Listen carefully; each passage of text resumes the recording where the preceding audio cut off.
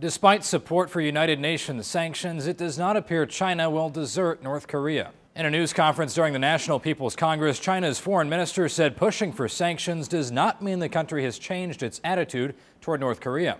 China, an ally of North Korea, says instead it encourages peaceful dialogue to persuade the hermit nation to abandon its nuclear weapons program. Last week, China and the U.S. agreed on sanctions against North Korea, denouncing the nation's third nuclear test since 2006.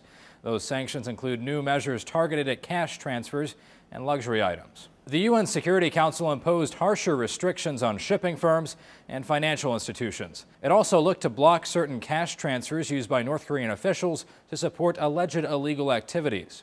North Korea has, of course, since brushed off the sanctions, pledging to push forward with its nuclear program.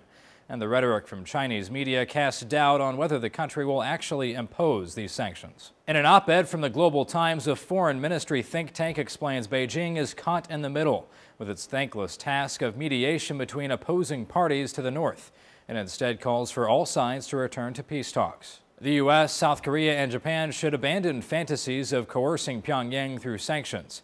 They should make efforts to ease North Korea's sense of strategic insecurity. And according to the New York Times, there are no signs that China will take any further action. Prosperous trade between it and North Korea among one of the main reasons. The Times says the export of oil more or less keeps the North Korean military functioning.